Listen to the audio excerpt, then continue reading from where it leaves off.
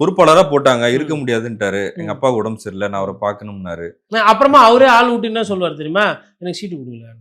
இவரே நிற்க மாட்டேன்னுவாரு. இவரே வீட்டில் உடம்பு சரியில்லைன்னுவாரு. அப்புறம் இவரே வந்து நிற்கலன்னுவாரு. அப்புறம் 10 பேர் வந்து இவரை ஜி நீங்க இல்லைன்னா ஏன்னா அவர் அவ்வளோ பேச்சு பேசியிருக்காரு. அவர் பேச்சு தான் பேசுவார். சார் நயினார் நாகேந்திரனால எதனா கான்ட்ரவர்சி வருச்சா? எல்முருகனால கான்ட்ரவர்சி வருதா? இல்லை வானதியால் கான்ட்ரவர்சி? தமிழிசைக்கு திட்டு விழுந்தது அமித்ஷா கிட்ட. அதுக்கு காரணம் அண்ணாமலைஜி.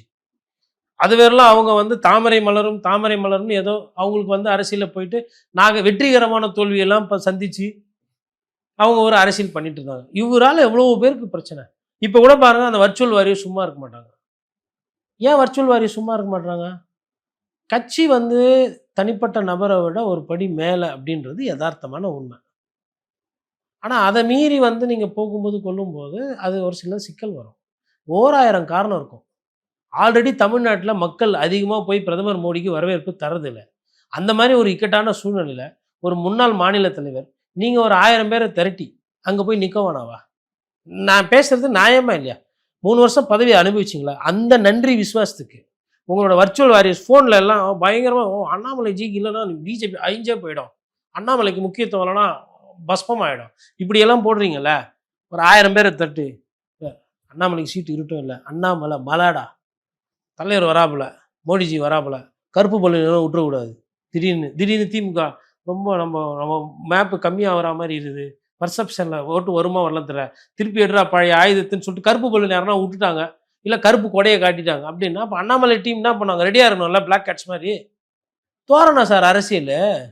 கராத்தே தியாகராஜன் இருந்தாங்க டெப்யூட்டி மேயர் இன்சார்ஜ். அதிமுக எல்லா மாவட்ட செயலர் எம்எல்ஏவும் அவருக்கு எதிர்ப்பு. அவர் சொன்னால் கேட்க மாட்டாங்க, கொல்ல மாட்டாங்க. ஆனால் ஒரு பொசிஷன் எடுப்பார், அதிகாரத்தை செலுத்துவார். எப்படின்னா இந்த இன்ஜினியரை கூப்பிடுவார். சரி எம்எல்ஏ சொன்னால் கேட்பேன், நான் சொன்னால் கேட்க மாட்டேன்னாரு. சார் நான் அப்படி சொல்லலையே. இல்லை நீ கேட்காம தான் கேட்காம தான் இருந்து பாரு. இந்த மாதிரி இருக்கும் அவரோட தோரணை. ரிப்பன் பில்டிங்கில் நான் தான் அப்படின்ற மாதிரி ஒரு ஒரு கட்டமைப்பு. அந்த கராத்தே தியாகராஜன் பிஜேபிக்கு போனாரு. அண்ணாமலை இன்னைக்கு ஆனாப்பட்ட நித்யானந்தா அமைதியா இருக்காரு. நித்யானந்தா மயம் இங்க ஜாலியா தான் இருந்தாரு, தமிழ்நாட்டிலையும் தென்னிந்தியாலையும். இன்னைக்கு இருக்கிற இடம் தெரியாம கைலாசால வந்து வீடியோல தான் அவரை பார்க்க முடியுது. ஒரு நேரம் சார் எல்லாருக்கும் வந்து வாழ்க்கை வந்து வட்டம். விஜய் சாருக்கு இந்த வட்டம் வந்து வேகமா போயிட்டு இருக்குது. மேலே போறவன் கீழே வருவான். 3ஆம் தேதி ஓட்டு எண்ணும் போது வரும். ஏன்னா 30% 40% வாக்கு வங்கி இருக்குன்னாங்க. சொன்னவங்களெல்லாம் நான் இன்னைக்கு ஏப்ரல் 3ஆம் தேதி எஸ்ஜே சூர்யா அவர் படத்தில் இப்படி காது வச்சு இப்படி கேட்பாரு பாருங்க, அந்த மாதிரி நான் வெயிட்டிங்.